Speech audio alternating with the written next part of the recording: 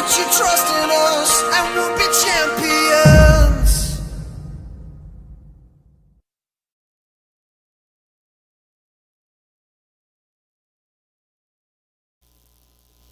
Boa tarde, 12 de abril de 2019. Vamos continuar o tema alquimia. Ali tem um estudo mais aprofundado envolvendo a química moderna e a herança da alquimia, da química antiga.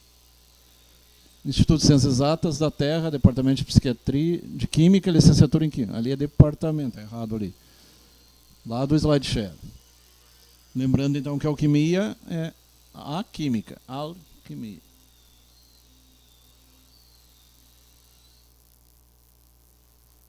Lembrando que são 3 objetivos básicos: a descoberta da pedra filosofal e o uso dela, o elixir da vida eterna e a criação de golems ou elementos artificiais.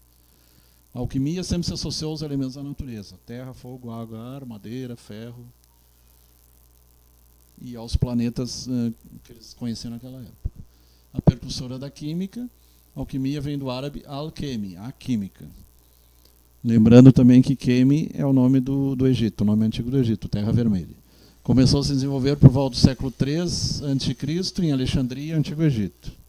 Então, a escola de Alexandria. Juntamente com a gnose e outras. Na sua existência deve a mistura de 3 correntes: a filosofia grega, o misticismo oriental e a tecnologia egípcia. Falar em tecnologia egípcia, tem uns vídeos interessantes sobre aparelhos modernos da antiguidade. Bem interessante. Rialdinho Bortolin, Josineia Nunes, Jadina Goulart, Pepe Viana, José Luiz Maurício. Grande Zé Luiz. Vai pôr um raio-x digital aí, então, Zé Luiz.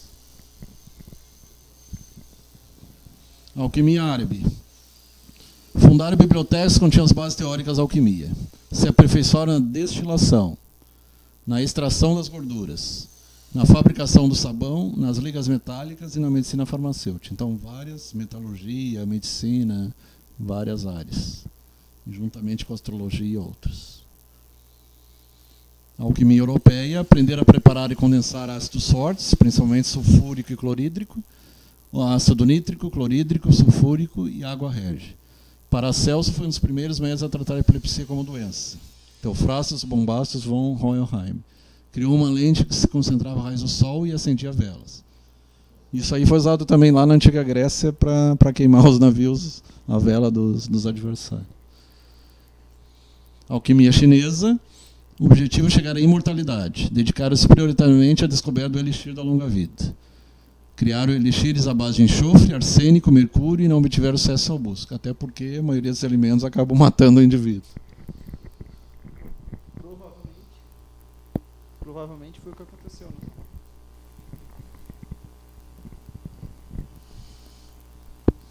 Provavelmente foi o que aconteceu, né? Eles provavelmente testaram esses produtos e deve ter tido algum falecido por conta disso e eles desistiram. Porque na época era tudo na prática, né? É. Método empírico. Tentativa e erro, né? Sim. Só, pessoal, lembrando que pode ter um barulho aí no fundo, mas é porque estão em obras aqui perto, então já queria pedir desculpa desde já por isso, né? Meio chato, né? Mas a gente tem que... De ouro trabalha com mercúrio, também está em intoxicação, né?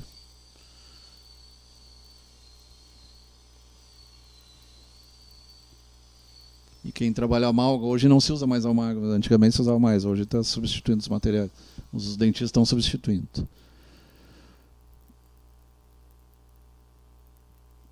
Então, a árabe, chinesa, tem a caldeia também, a metalurgia, a produção de papiros e aparelhos de laboratório. Lembrando que papiro é tirado daquela planta que tem junto dos rios, junto do rio Nilo, no caso do Egito.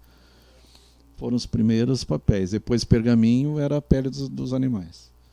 Mas não atingiu seus objetivos. A pedra filosofal, transformar os metais em ouro ou prata. Alguns descobriram, né? Nicolas Flamel, entre outros. E o elixir da longa vida, até onde saiba, não... também pouquíssimos. Uma panaceia, uma substância que curaria enfermidades humanas, conservasse e devolvesse a juventude ou mantesse a juventude, dentre outros. Aliás, o Nicolas Flamel tinha cara de sapo, né? Era um cara feio, um cara estranho. Acho que não era da Terra hoje. O Hermes Trismegistro, identificado como sendo um deus egípcio, significa 3 vezes grande e representa o poder intelectual. Tem a tábua de esmeralda que fala nas 7 leis de Hermes. O de cima é igual ao que está embaixo. Oi? A tábua de esmeralda. O princípio da unicidade, tudo é mental. O princípio da polaridade, o princípio do masculino e feminino, do claro e escuro, tudo ele já vinha falando. Os laboratórios começaram a existir, porém escondidos ou sob constância vigilância. Por causa dessa vigilância, idealizaram uma linguagem cheia de símbolos.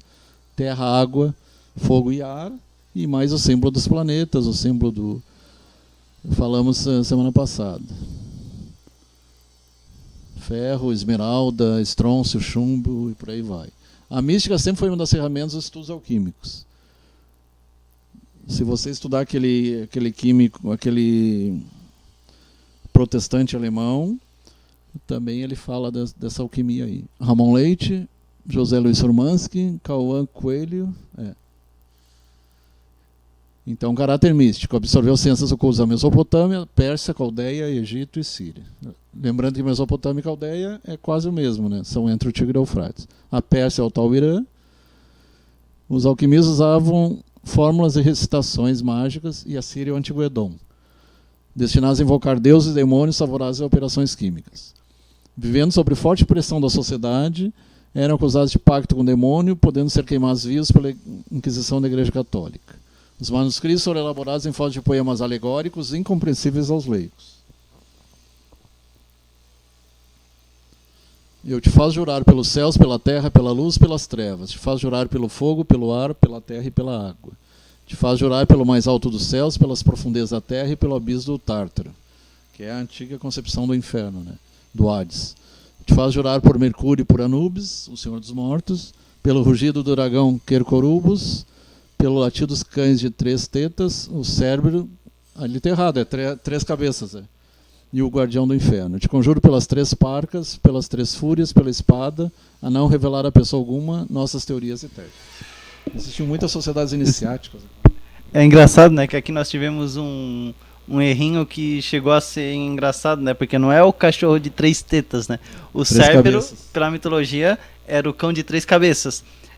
De acordo com a mitologia grega e de outros povos, ele era quem guardava o portão do Tártaro, né? Então, antes de chegar ao submundo, tinha que passar pelo Cérbero, né? Na época eles acreditavam muito, né, nessas coisas, né? E do Cérbero também tem uma outra variação de cão também, que é chamado Hellhound, que é o cão infernal, que eles chamam, que é uma espécie de cão, só que ele... Preto ou vermelho? É o cão preto, é preto. Muitas vezes ele é representado como um cão de fogo. E os olhos... e geralmente ele é associado à noite. E ele também é uma variação... Mesa do cão dos Baskervilles. É uma variação de um cão do submundo também, né? Então, só que o tamanho dele geralmente é o tamanho do cachorro normal, né? Tipo Rottweiler, nesse tamanho ali. Só que o Cérbero, na maioria das descrições, ele era um cão gigante, né? Ele era gigante e ele tinha as 3 cabeças, né? E tinha esse, que era o Hellhound, que era um cão infernal, só que era de cabeça...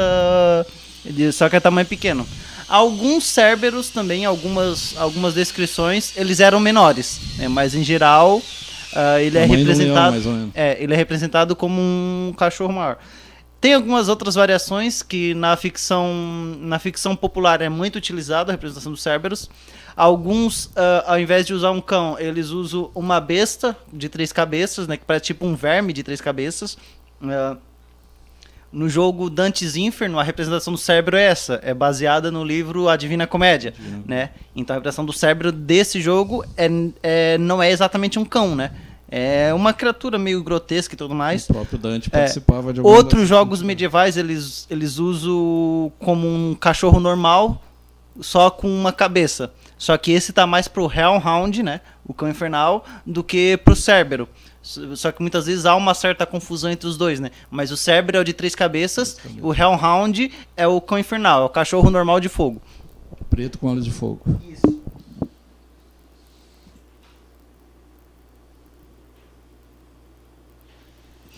Como era o laboratório de alquimista medieval? Aqui nós vemos um laboratório moderno, né?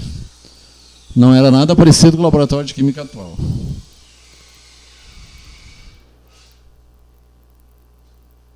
Alguns instrumentos ainda se conservaram. Era escuro e bagunçado. Até porque eles tinham que se esconder, né? Por sinal, a igreja se escondesse, era fogo, era fogueira.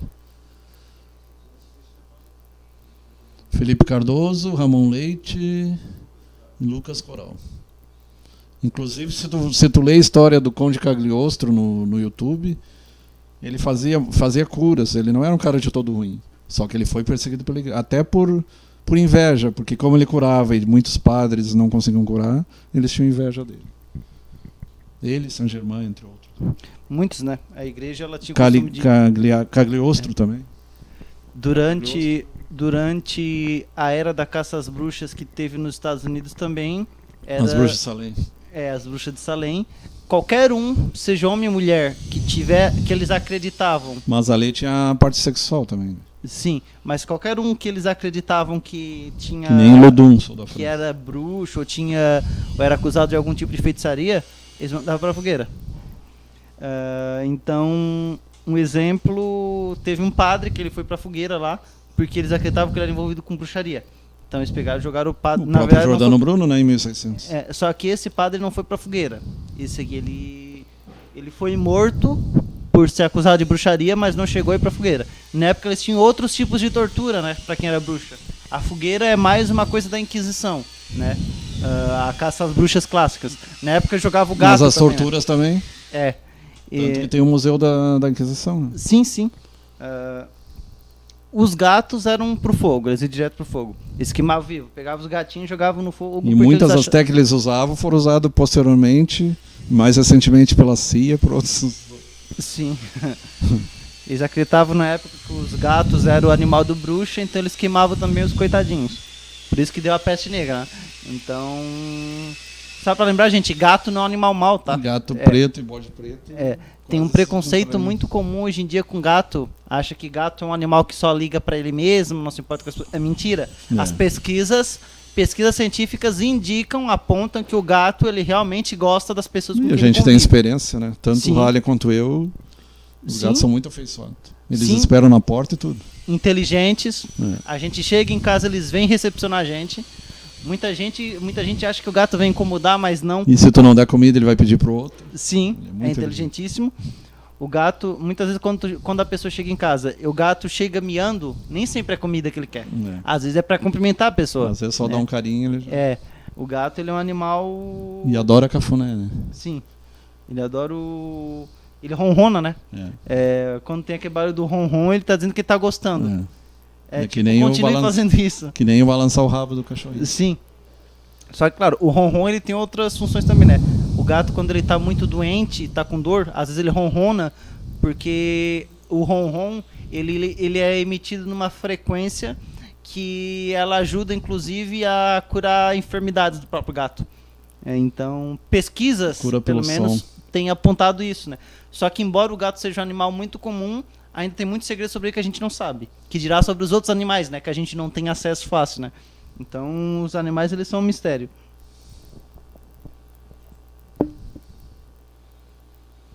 Então, o laboratório de alquimia era escuro e bagunçado. Mais ou menos como o porão da bruxa, né? Mais ou menos comparado. Ali outras representações. Cheio de frascos, cheio de...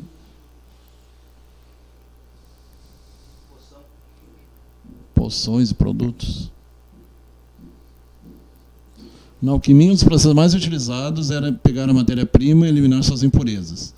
Lembrando que é desde do nigredo até chegar ao albedo, passando pelo robedo.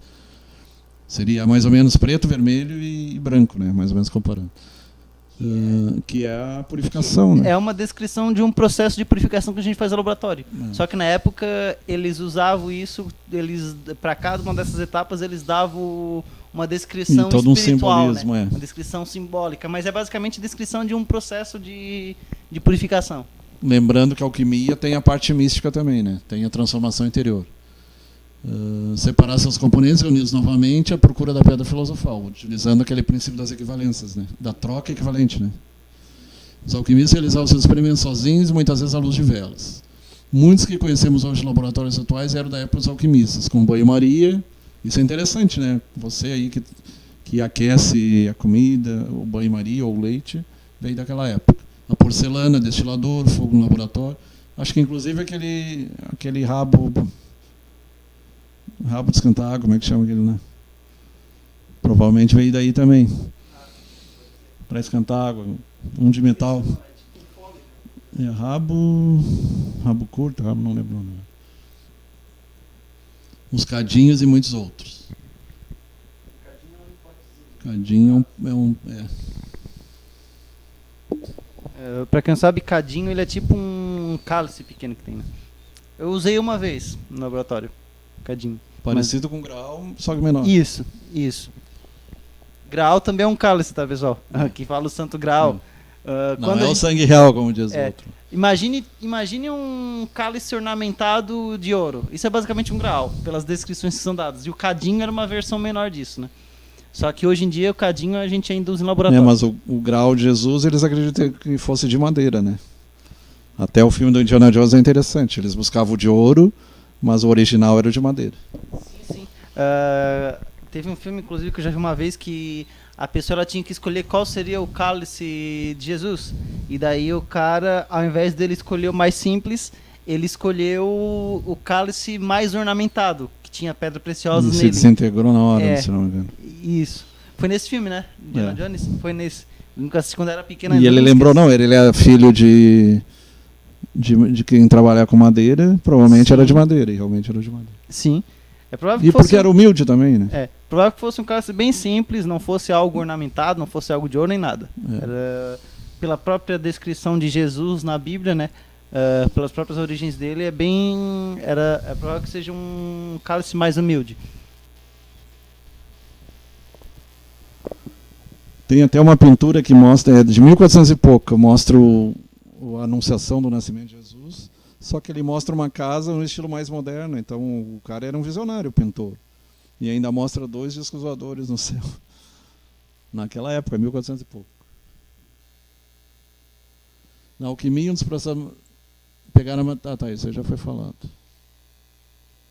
Então a transformação. Negredo, rubedo, albedo.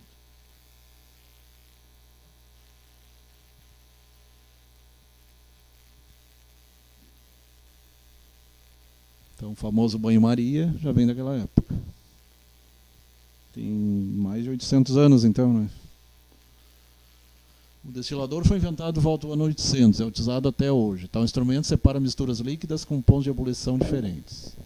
Lembrando que as catedrais góticas têm muitos símbolos alquímicos, que as catedrais góticas são daquela época também, 800, 1100, 1300, 1400. Eliandra Pelizari, Gustavo Bento e Lucas Coral. Só para lembrar, hoje em dia, em laboratório, esse aqui da esquerda, da direita, aliás, é o que a gente ainda usa, tá? A gente usa um sistema de destilação parecido com esse ainda hoje nos dias atuais. Então... esse aí já é moderno. Esse aqui é o moderno, né? O do lado aqui é o... Ali é aquela gaita, né? Sim, essa aqui é o mais antigo. Parece aqueles de pôr veneno de formiga. Exatamente. Esse aqui da esquerda é uma representação de como era feito na antiguidade. O fumigador. Esse aqui da direita é como a gente usa hoje, né? O mais moderno, né? Então, é interessante fazer essa comparação, mas o princípio... A fumigação era inclusive o método de tortura. O princípio é o mesmo.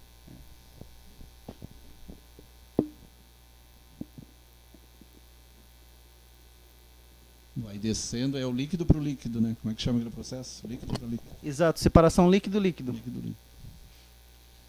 O fogo dos laboratórios também era utilizado pelos alquimistas, queimar materiais, ferver líquidos, fundir, entre outros. Por isso a metalurgia, né? Fundição de ligas, metal. É o mesmo bico de Bunsen ali, ó. Descobriram a água régia, uma substância que corrói até o precioso ouro que eles tanto adoravam. Uma mistura de ácido nítrico com ácido clorídrico. HCl com HNO3. Sim. Lembrando que o clorídrico é o que nós temos no estômago, né? Ele é mais corrosivo que o ácido sulfúrico. Né? A substância mais perto é a Coca-Cola. Inclusive, quando a gente fica muito tempo sem comer, começa a doer o estômago, porque parece que o ácido começa a bater, daí começa a queimar e doer, né? Comigo já acontece de vez em quando, às vezes não Aí tomo ele café. tem casos de úlcera que perfura. Uhum. Se tu não tem a proteção adequada. Tem algum revestimento ali que... Tem. É uma É feito- espécie de muco, né? Ah, sim, ele evita que corroa, né? Que ele reaja. Lembrando que a Coca-Cola é usada para desentupicando. Até hoje não descobriram a forma. Os cadinhos podem ser de metal ou porcelana, também teve origem nos laboratórios de alquímica. Isso aqui é interessante, vocês podem observar que o do meio, que ele é como a gente descreveu, né? Ele é parecido com cálice, né? Com Só que cálice, menor, né? né? Então esses aqui, eles são os cadinhos. A gente usa no laboratório. Esse aqui da esquerda ele parece um copo que a gente tem em casa, que eu acho que não é um copo, é um cadinho Aquele mesmo. Jogar o general. Eu acho que a gente toma um café com cadinho aqui em casa, agora que eu percebi. Mas tem uns copos, inclusive, que têm um formato parecido com isso, mas esses aqui são os cadinhos, né? Então, o mais Madeira, utilizado metal, porcelana. em laboratório, o que eu utilizei foi esse branco aqui, da direita. Esse primeiro da Porcelana direita. trazido ao ocidente, alquimista alemão Johann Buetiger, no século XVIII. Essa aí é a porcelana. Madeira, porcelana e metal, né? Exatamente. Então esses aí são os cadinhos. Embora eu nunca tenha usado de metal. Nunca usei. Na faculdade a gente nem é tão usado assim de metal, acho. O que tem lá na nossa que eu lembro é o de porcelana mesmo. É um branco, inclusive, que a gente usou para fazer um experimento. Com estufa, E inclusive. pro ácido sulfúrico tu usa o quê? Porque o vidro ele corrói também, né? Ou é um vidro especial temperado? O ácido sulfúrico em vidro, em alguns vidros. Eu vejo ele em vidro também. Da última vez que eu fui no laboratório estava em vidro, eu vi em vidro. Mas também é usado em plástico, né? Plástico não corrói? Não, porque ele a gente fala plástico, mas ele é uma espécie de polímero, né? Que ele impede que ele não é reativo. Ele impede que corroa. É o único tipo de substância, né, que a gente usa, o único tipo de material que a gente pode usar para usar o ácido fluorídrico, por exemplo. Não dá para usar em vidro porque ele corrói tudo. O ácido fluorídrico ele tem bastante. Ele é pior que o sulfúrico. O ácido fluorídrico, sim. Ele é provavelmente o mais corrosivo que tem. Na verdade, um dos ácidos mais corrosivos que tem o mais corrosivo é uma variação do ácido fluorídrico. O fluorídrico a gente conhece, assim, ele é um dos mais fortes. E ele corrói até vidro. Porque ele tem uma grande afinidade, principalmente com material feito à base de silício e sílica. Então o vidro, como é feito de alguma coisa. Isso. Como o vidro é feito disso, por isso que às vezes tem vidro na areia, tá? Porque a areia ela tem muita Sim, sílica. a sílica, né? E é muito comum, às vezes a gente acha caco de vidro na praia, a gente acha que alguém quebrou alguma coisa lá. Não, às vezes da própria E tem natureza. uma doença pulmonar que é a silicose, que é o excesso para quem trabalha com poeira. Sim. Entrou dois ali, Eliandra e... Entrou mais dois ali. E Gustavo Bento. E Kleber Soares Pereira. Isso. Eliandra Pelizari. E muitas vezes quando vocês acharem vidro na praia, nem sempre é porque alguém quebrou alguma coisa. Claro, muitas vezes é, porque tem pessoas que não têm noção nenhuma, né? Mas nem sempre é porque foi quebrado alguma coisa. Muitas vezes é porque a própria natureza, a própria ação do sol e da areia formou o vidro, né? Então é interessante. E qual é aquele processo ali que o vidro é soprado para tomar forma? Qual? É de sólido para gel? Que Qual? o vidro ele é soprado para tu fazer o... Sim. Em altas temperaturas, né? Olha, o processo do vidro, de criação dele em seus detalhes, eu não É posso... tipo um gel, né? Porque aí ele fica é uma espécie moldável. de gel, mas eu não sei dizer se ele é exatamente um gel. Ele é uma substância Porque o gel é o quarto estado da matéria. Sólido É. e gasoso, gel. Na verdade, o quarto estado da matéria é a matéria plasma. Plasma e gel, é. Isso. O gel ele é uma substância, é um estado intermediário. Ele tem mistura de sólido e líquido ali. Mas é interessante, inclusive, o processo de fabricação de vidro, ele é algo que no mundo todo ainda as empresas que fazem isso elas são cogitadas, né? Porque no mundo todo a gente usa, principalmente vidro temperado, né? Vidro E ainda é temperado, artesanal, né? Não tem como fazer aquilo industrialmente. em alguns lugares isso é feito industrialmente, mas tem que ser indústria de ponta, né? Mas claro, aqueles que a gente vê que tem formato de pote, todo enfeitado, muitas vezes é artesanal mesmo, né? Porque é difícil fazer aquilo lá aquele molde lá fazer industrialmente, né? Mas é interessante. Recomendo que quem tem interesse dê aí uma olhada em processo de produção do vidro. Vocês vão ver, inclusive, como eles conformam o vidro naquelas formas, né? É bem interessante.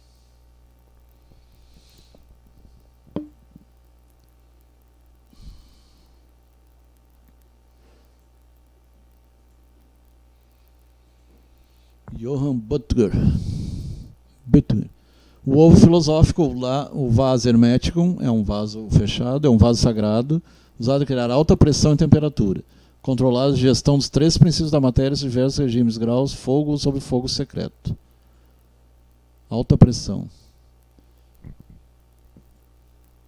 A retorta provavelmente é uma evolução da adaptação da lâmpada árabe e é utilizada até hoje em destilações e sublimações. É a mesma lâmpada do Aladim, né? Parecido, né? O formato é parecido, é baseado naquela. Não é igual, mas é baseado, né? Pelo próprio formato a gente observa que... Sublimações e destilações. Inclusive muita gente não sabe, né? Mas o Aladim, a história do Aladim faz parte do livro As Mil e Uma Noites. E eles têm bastante coisa da própria cultura deles, né? Aquele livro. Hoje a gente vê o Aladim como um desenho animado da Disney, mas não é bem isso. Ele, na verdade, saiu de uma obra. E lá, se a gente observar a história do Aladim, a gente vê que é a descrição de muitos costumes árabes da época, né? Sim. Então, a crença no gênio, por exemplo.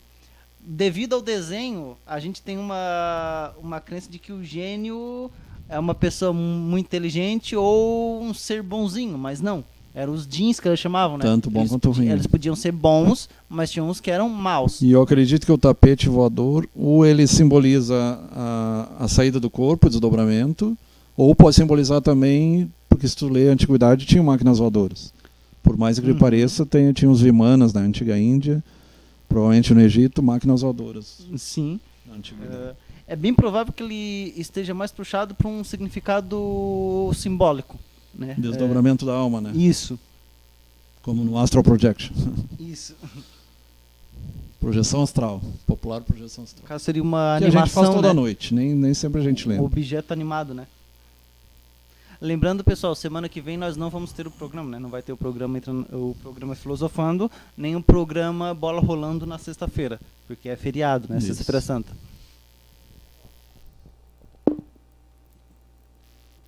O pelicano é um vaso hermético usado na circulação de tinturas oriundas tanto da grande circulação quanto da pequena circulação. Tinturas de metais, minerais e vegetais. Também para o mesmo fim, o circulador consiste em 2 balões de fundo chato acoplados.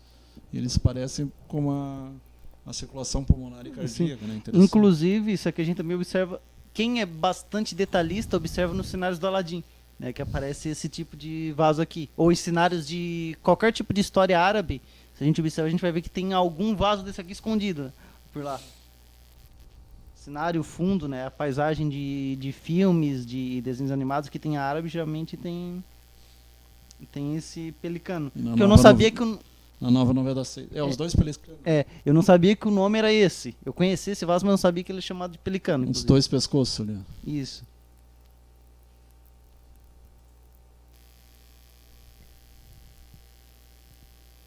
Dois balões de fundo chato acoplados.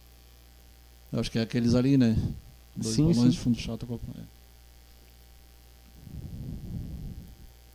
Coisa ali nós temos a representação mais ou menos próxima de como elas eram utilizadas nos meios alquímicos, né?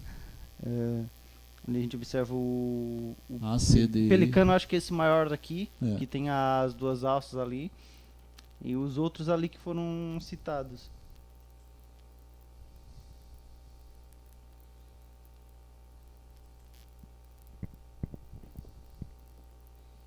E sempre o forno ali para aquecer, né?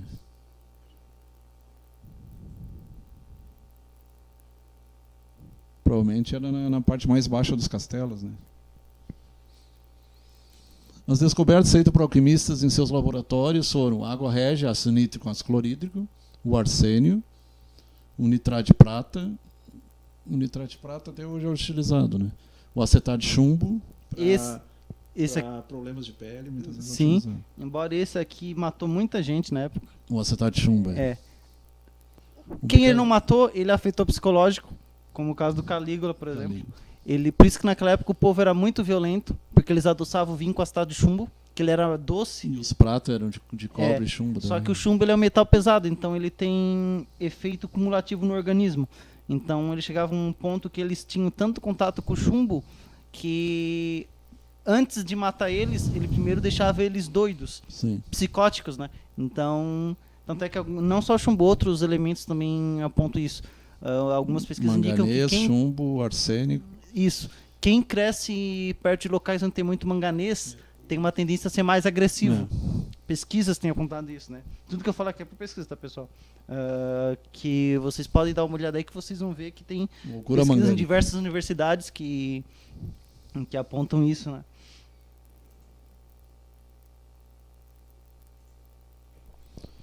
Sulfúrico, bicarbonato de potássio, também é usado bastante. Ácido clorídrico, cânfora, para contraturas, contusões. Ácido benzoico, nítrico, sulfato de sódio, sulfato de amônia. Ali faltou um S. Fósforo, potássio cáustico, hidróxido de potássio.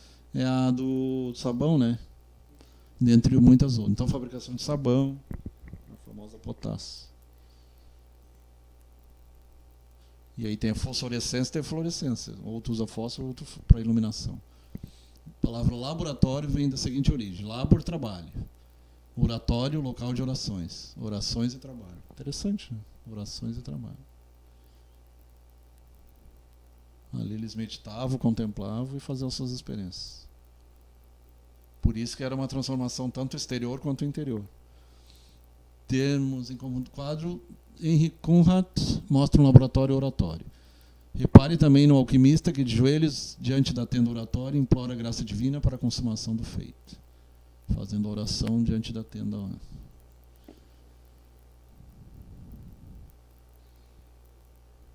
Aurum nostrum não é aurum vulgi. O nosso ouro não é ouro vulgar. Transformai-vos em pedras filosofais vivas. Esse é o objetivo maior. A transformação interior. A espiritualização. Lembrando que quem é eterno é a alma, não o corpo. O que mostra ali? Creio que são os frascos. Alguns frascos de substância que eles utilizavam. Ah, tá. É que nem tampa de geleia que tu põe pra ficar bem vedado. Sim. Na época pode ver que não é o nosso vidro que eu usava, era outro material, né? Um material mais pesado que tinha ali. E lá as fórmulas, né? Que seriam as bulas hoje, né? Exatamente.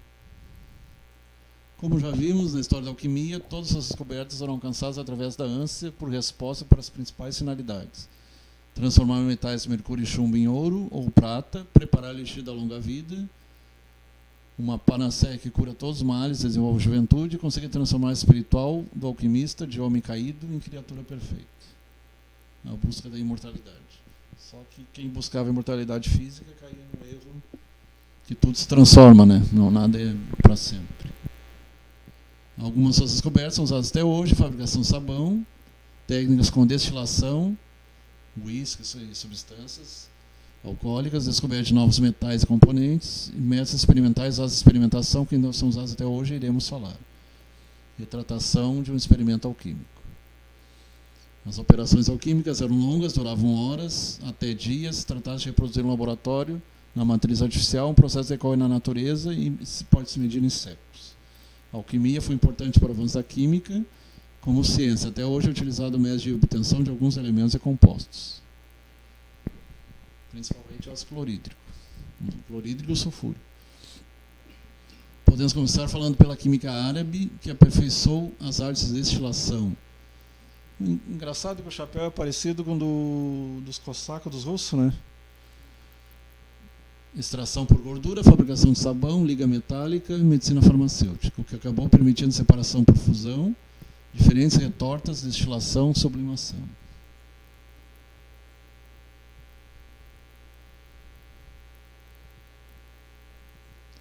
Eu não chuto como cientista, eu chego a conclusões baseadas em observação e experimentação. Sheldon Cooper. O legado deixado pela alquimia pode ser notado quando a química adquire contorno de ciência moderna e objetiva. As operações experimentais realizadas pelos alquimistas, juntamente com os materiais utilizados, foram mantidas, não importando mais a forma subjetiva de interpretar os seus nomes. Nesse ponto, a ciência moderna nasce com a determinação de objeto específico de estudo e um método para realizar esse estudo. Aí lembrando Francis Bacon, entre outros. A partir de então, observação e experimentação começaram a ser fundamentos da ciência moderna. Paracelso, Hahnemann, Francis Bacon eram os principais. O próprio Newton também estudava alquimia e ainda física. Nesse âmbito, podemos citar Zósimo de Panópolis, 300 d.C., e Olímpio-Doro, um grego-egípcio, 425 d.C. Autores contribuíram e comentaram os trabalhos alquímicos no período helênico, persiste até a atualidade. Lembrando que a verdadeira data do nascimento de Jesus é 6 antes da Era Comum, e ele teria morrido no ano 26 depois da Era Comum.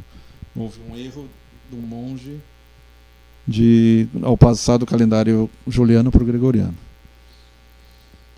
Zósimo descreve vários processos com fusão de metais, solução, calcinação, filtração, sublimação, cristalização, e adota uma sistematização dos materiais, classificando-os como metais, líquidos obtidos de destilação alcoólica, chamado espírito do vinho, por exemplo, vapores e fumaças. Zósimo também escreveu um livro sobre a produção de cerveja, que envolve o processo de fermentação. Então, além da destilação, a fermentação, cerveja e vinho, utilizando bactérias e fungos, né, que é o levedo. Cachaça também é um processo de fermentação. Eu já fiz cachaça na faculdade e já tomei lá, mas eu não gostei. E o cheiro é terrível quando é feito. Sai um cheiro muito forte no processo de fermentação, um cheiro horroroso de ruim. Mas engraçado que diz que que o pessoal faz é mais pura do que essa que eles vendem no... Não sei, a que a gente fez lá, ela Mas era tu tem que pura. pegar a parte do meio, nem a ponta, nem o rabo. Aquela que a Cabeça gente não. fez lá, foi em equipe, né? O trabalho que a gente fez, um dos nossos colegas, ele pegou cana, né? Ele foi lá, ele pegou a cana, a gente fez a partir dela e tudo mais, e a gente conseguiu obter a cachaça, né? Uma parte do que sai dali não é necessariamente a cachaça, sai um pouco de metanol, e depois que chega a parte do etanol mesmo, né? Açúcar, etanol. Isso. Né? Então, hoje é muito apreciado, principalmente no Brasil, né? A cachaça, né? Eu, particularmente, eu não gosto porque eu gosto de coisa doce, então eu nunca consegui tomar direito. Mas, desde que com moderação, né? Quem beber, desde que isso não vai afetar o seu próprio organismo, desde que a pessoa se Tu assuma. prefere os licores, então. Eu, na verdade, não gosto de bebida alcoólica, Flávio. Mas Em se geral. precisar tomar, vai ser um licor. Se eu tomar, é champanhe. Champanhe é o melhor, realmente. Champanhe eu tomo. Champanhe ele é mais doce. Eu gosto de bebida doce. Não gosto muito Mas de bebida. depende. A bruta é mais... Depende. Tem a DMC, que é bruto, e tem a moscatel, que é mais Eu doce. sei, mas ainda assim, se comparado à cachaça, ele é muito mais doce. Ah, sim. Na verdade, ele tem menos álcool que certos tipos de Mas cerveja. o Campari e o coisa também são destilados, mas são doces também. Uhum.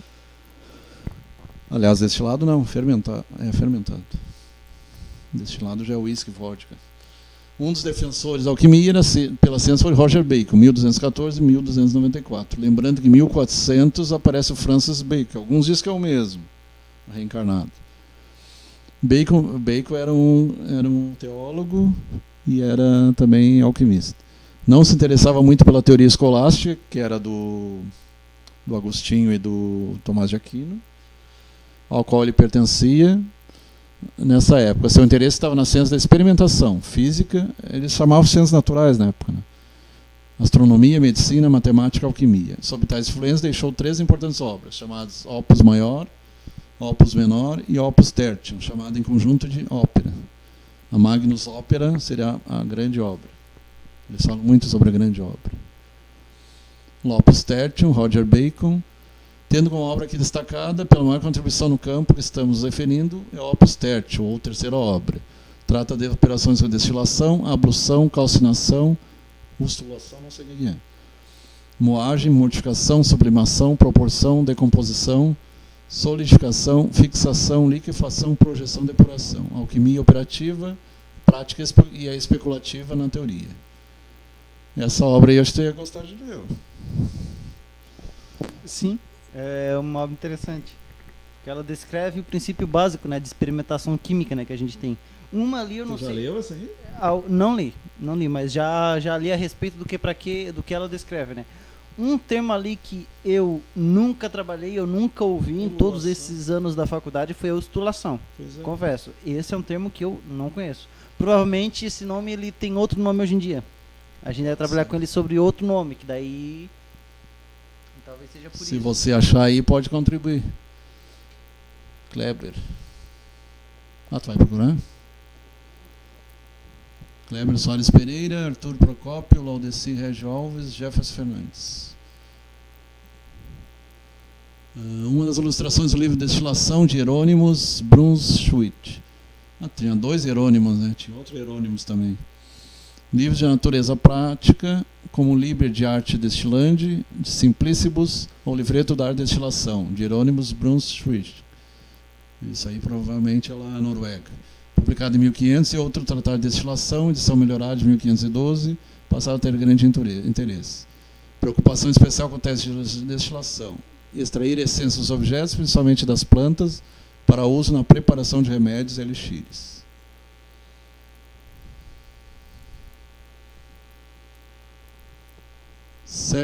The Cetical Chemist, ou químico cético. Físico-química, dúvidas e paradoxos. Espagira é outro nome para alquimia. Princípios de Espagira. Hypostatical Alquimistas. Esse é de quem? Em 1661, de Robert Boyle. É um dos químicos, né? Principalmente de gases, né? Comportamentos e percepções de mais de 100 anos de ciência, defendeu a utilização de métodos experimentais. O químico cético. Marco Denis abandono da alquimia com base da química, defendeu a utilização de métodos experimentais. A partir desse ponto, as explicações místicas para os fenômenos vinculados à transformação da matéria foram sendo gradualmente substituídas pelas leis da química. Será que esse aí tu acha ainda? Tradução é difícil. E geralmente é bem caro quando é livro antigo assim. Robert Boyle, um dos defensores que a ciência deveria adotar uma metodologia específica de pesquisa. Importantíssimo químico experimentalista, a quem se atribui, além de diversas descobertas e invenções, a lei que chama pressão e volume de um gás, lei de Boyle e Mariotti. É aquela que diz que iguais níveis de pressão e de... Como é que é aquela? Eu acho que é dele, né? Laudeci Alves, Arthur Procópio, já foi falado. Ele estudou gases também, né? Se não me engano. Tu não ia procurar aquela palavra lá? Ostulação. Acabou? Vamos ver o que é ostulação.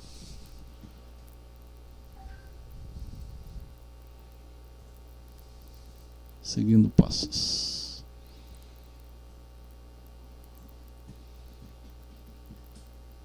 Ué, por que não está escrevendo? Vamos ver agora o que é a ostulação. Já para explicar de uma vez o que seria, né? Ústula. Lembrando, hoje encerra a alquimia, né, Flávio? Hoje encerra a alquimia. Ústulação. Operação de fazer expelir uma substância de outra, enxofre de um minério por meio de aquecimento em múfia, aquecimento e presença de ar de um composto por meio da decomposição e oxidação de alguns elementos. Metalurgia. Então, Queima de sulfeto. Ele é um processo químico utilizado na metalurgia que consiste em aquecer um sulfeto na presença de oxigênio, conhecido também como queima de sulfeto, geralmente aplicado para a obtenção de metais como chumbo, cobre, prata, zinco e mercúrio. Então, é um método que é utilizado para separar o sulfeto desses metais, basicamente, né? Porque sempre que eu acho na natureza muitos desses metais, se eu quero isolar eles, eu preciso de processos específicos. E, pelo que eu entendi, a ostulação seria um desses, né? Isso. Por isso que não se vê muito ele em laboratório, né? Porque não é um método que a gente vai utilizar muito em laboratório sem ser para fins de conhecimento mesmo, né? É mais a metalurgia ali. É mais na metalurgia. Na metalurgia eles usam bastante, né? E é interessante, eu não conhecia esse método, né? Lembrando que o pai da metalurgia é o Vulcano, né? Sim. O famoso Saturno. Então, boa noite a todos e até daqui a 15 dias.